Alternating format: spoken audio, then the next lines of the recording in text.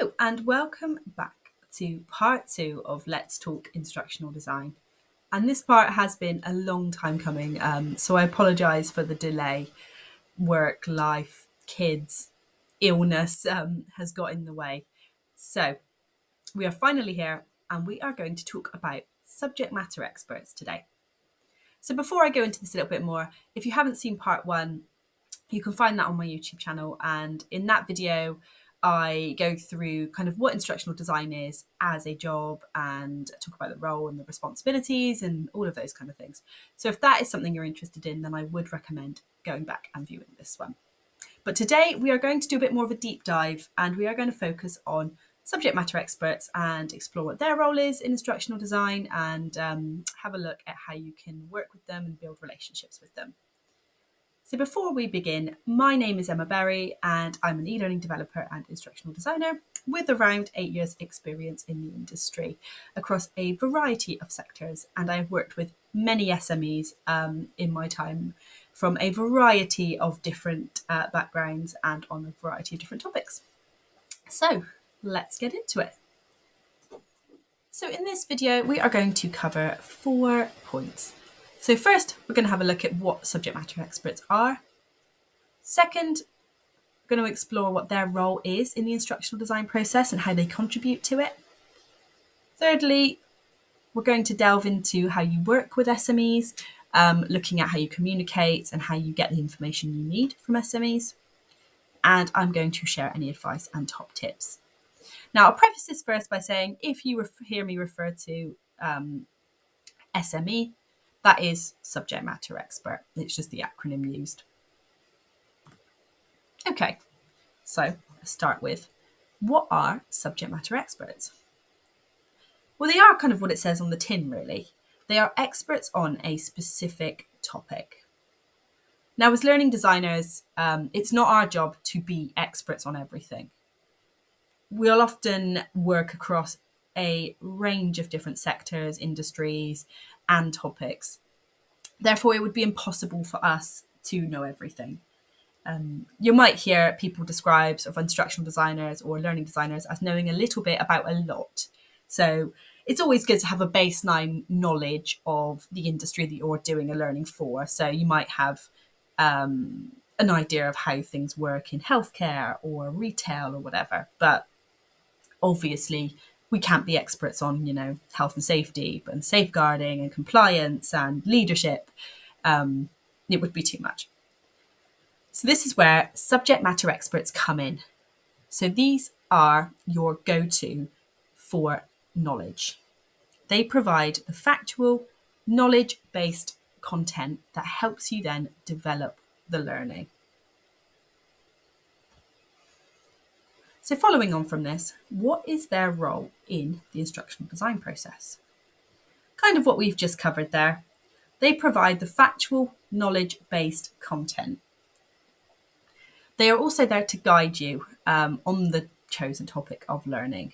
So they're there to ensure that what you're producing, what you're writing, is factually correct and providing the correct information. Now, this doesn't mean that they are writing the learning for you.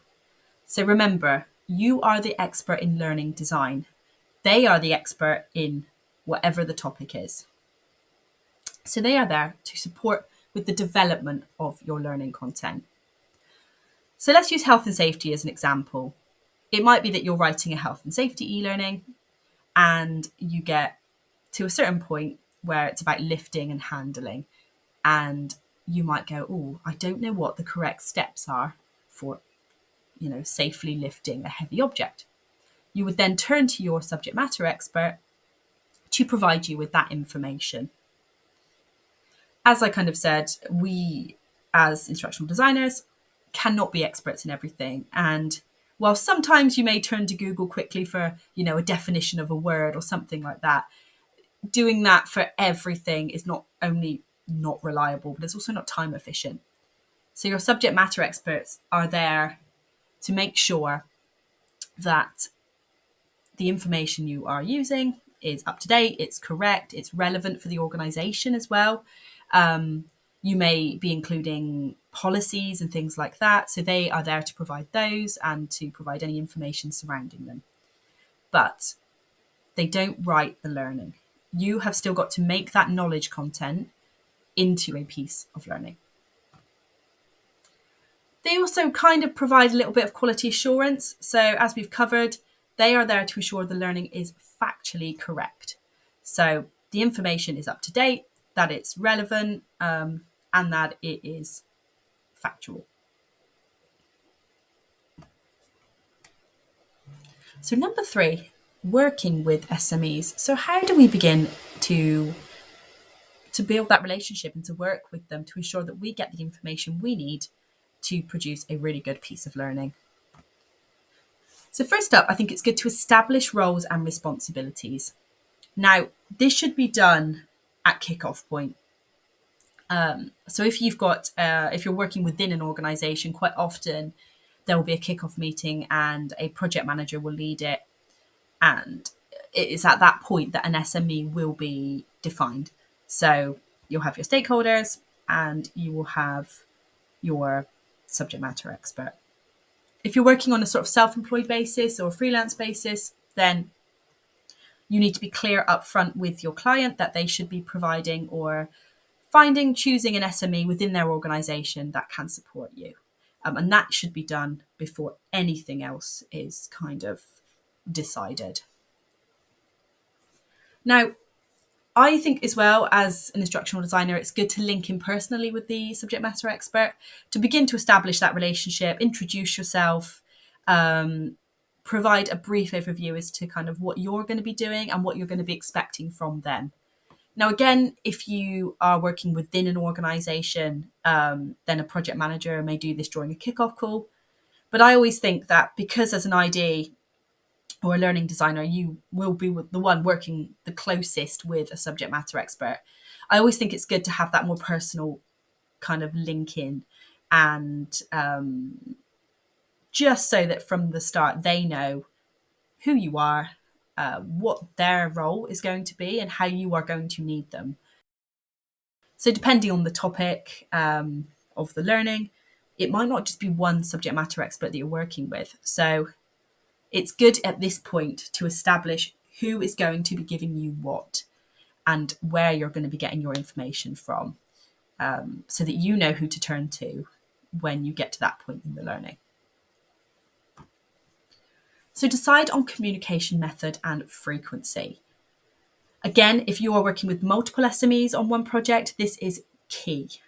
So you're going to want to work together to find a way that best suits you.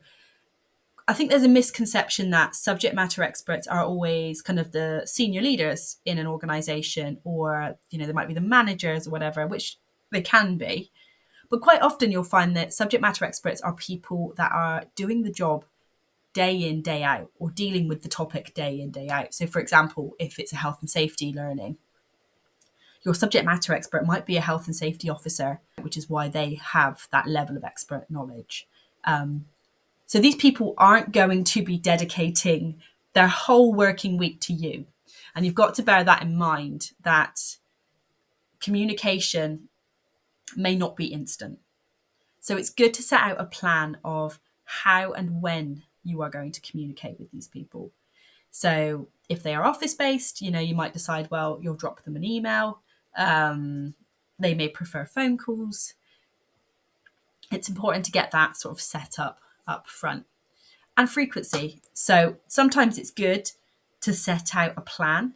So, for example, you may have a catch-up call once a week or once a fortnight, depending on how long your project is spanning for, where you can use that dedicated hour session or half an hour to get all the information out of them that you need. And sometimes this can work better than just sporadically emailing them when you need some information. Having that dedicated time each week can then allow you to ask all the questions you need, gather all the information you need in one fell swoop. And again, if you're working with multiple SMEs, then you need to be able to manage this time as well. So whether you bring them all onto one call or whether you, depending on the level of information you need from each of them, the communication method and frequency might vary. So define your backup SMEs. So if you are working with one SME, then it's always good to have a backup, somebody that you can contact if your main SME is off sick or is on holiday, somebody with the same level of knowledge or experience in the topic that could answer your questions for you.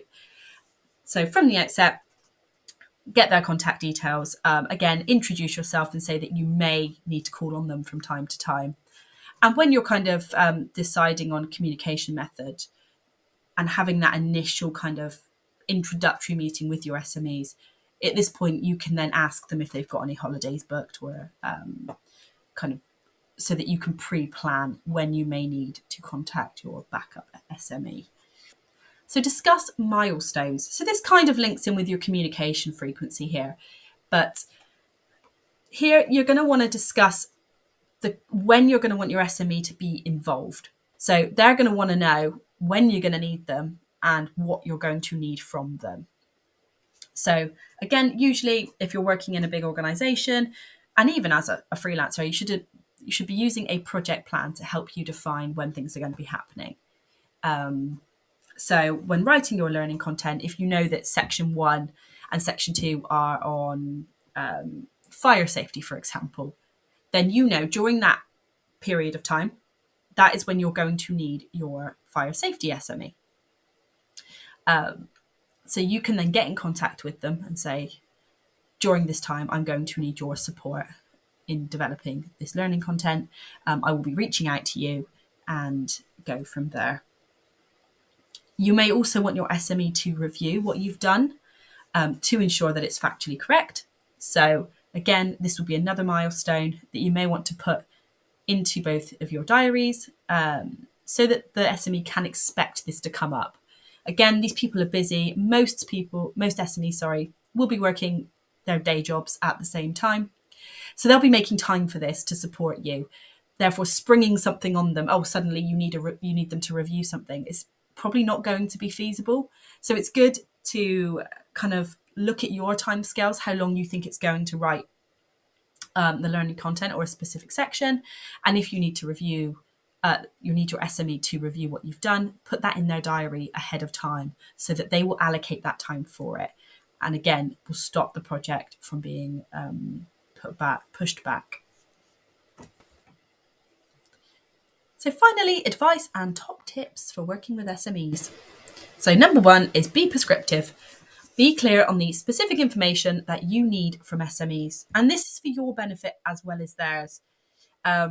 If you're too kind of muddy with what you're asking for, then the chances are you will get back a lot of information that you don't necessarily need. So if I just said to an SME, can you provide some information on, moving and handling techniques for health and safety? Chances are, if I ask that, I would get back pages and pages of information on it. Because again, SMEs like to provide all the knowledge. They're very passionate about their topics usually. So they want to give you everything. And quite often we don't need everything. So it's really important to be specific on what you need from them. And you are clearly articulating it. One way of doing it might be that you might put these kind of requests, I guess, into a document, and then the SME can then check off and put next to your request the information, or they could leave a comment if it's something that they can't provide, for example. And this could be a working document. You could put it sort of on a web-based platform so that you can see the comments coming in as well. So that's one way of doing it. But be clear, specific, and prescriptive on what you need from your SMEs. So avoid going into the detail. Now, this is a little bit of context would depend. And it would depend on your SME's level of kind of interest and influence in the project. So your SME may not be interested in the end result at all. Again, let's remember that you are the expert in learning design and not them. So if you're kind of spewing off to them a load of information about interactivity and multiple choice questions and adult learning theory, they don't really need to know any of that. And it's not likely that they're going to need to kind of see the finished storyboard. They are there as kind of fact checkers, and to provide you with that information, as we've already gone into detail about. So they probably won't want to be reading through pages and pages of storyboards. As we've kind of covered, these people are often quite busy. They are just interested in what you need from them, and they're often not interested in the end result. And they don't need to be involved generally in anything past the storyboarding stage. Usually you'll have your other stakeholders that will then do the reviews and everything. So your SMEs are just there, almost like walking encyclopedias. Really, they're there to just give you the information. They don't want to know that you've added a multiple choice question in here and you've done flip cards there. So again, following on from that, remember you are the expert on learning. So if you do feel that there's too much content, then you can stick up for yourself. As we've covered, SMEs often will think everything's important. They want everything in there. But as long as your content, the content that you are delivering, is meeting the learning outcomes, then you are well within your right to say, look, this is going to be way too long. We need to condense this. And you can ask your SME to support you with this. So if you've got 3 pages on health and safety legislation, you can go to your SME and say, look, we need to cut this down. Can you please support me and pull out the key points that a learner is going to need to know in order to be compliant, for example. So as the learning designer, advocate for yourself and ask your SME to support as well. So plan for extra time to be needed. Again, this links back to the point I made around having your backup SME. So think annual leave, illness, other responsibilities. So when you're creating project plans, if, for example, you are self-employed and you are the one, you don't have a project manager, then do factor in that unexpected illness stuff does happen. So plan for this and have a backup plan if your SME is not around. Or if you do have one SME and you don't have a backup, then think about what you could do whilst that SME isn't there. What can you find out yourself whilst they're not available? And finally, build relationships and be appreciative. So if you're working within either a regular client or within an organization, then you may encounter the same subject matter expert multiple times. If you're working on kind of topics, very similar topics, for example, safeguarding. So it is good to start building those relationships with your subject matter experts. They can then start getting used to how you work. It can speed up the process and just be appreciative of their time as well. As we've covered, these people most likely will have other jobs to do, will have day jobs. They are doing you a favor, essentially, by supporting with the creation of the learning. So be appreciative of that. Be mindful of their time. And there we go.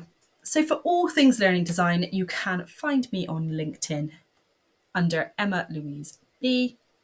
And of course, you can watch any of the other videos on my YouTube channel. There is part 1 to this video, and there is also lots of storyline tips and tricks videos now if you're more interested in the technical side of learning design.